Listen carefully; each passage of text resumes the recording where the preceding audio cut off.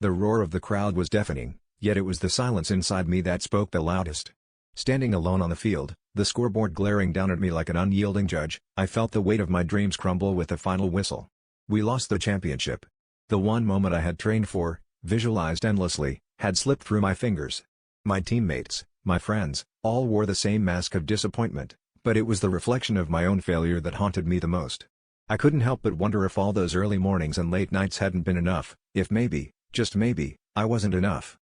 In the days that followed, the loss clung to me like a shadow, whispering doubts and fears I had long buried.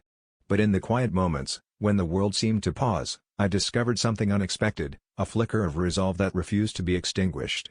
I began to see the fight within me not as a reaction to defeat, but as a testament to my spirit. Every setback, every stumble, had been a step towards an unyielding resilience I didn't know I possessed. It was in the hours of solitude and reflection that I realized the championship wasn't the only prize I had been chasing. I started running not away from the loss, but towards something greater, a version of myself that could rise from the ashes with newfound strength. Training became less about proving myself to others and more about embracing the journey, cherishing each moment as an opportunity to grow.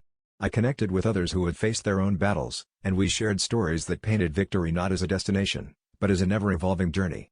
The fight within me was no longer a silent whisper but a roaring anthem, guiding me towards new horizons. As I stood once again on the field, not as a competitor but as a mentor to younger athletes, I saw the championship in a new light. It was never just about winning, it was about discovering the fire that burned within, the drive to rise, fall, and rise again. Losing the championship had been devastating, but it taught me that my true victory was in the relentless pursuit of my potential. The real triumph was not a trophy or a title, but the unwavering spirit to continue fighting, knowing that victory is not the end, but the journey itself.